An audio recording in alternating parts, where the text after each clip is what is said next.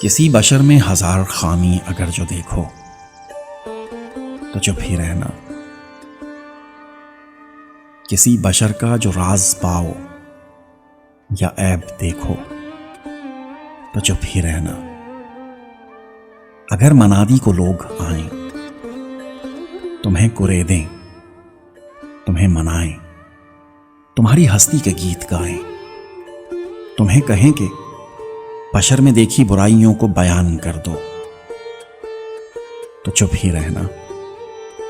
جواز یہ ہے، دلیل یہ ہے، ضعیف لمحوں کی لرزشوں کو، حرام ناطے کی قربتوں کو، ہماری ساری حماقتوں کو، ہماری ساری خباثتوں کو وہ جانتا ہے، وہ دیکھتا ہے، مگر وہ چپ ہے.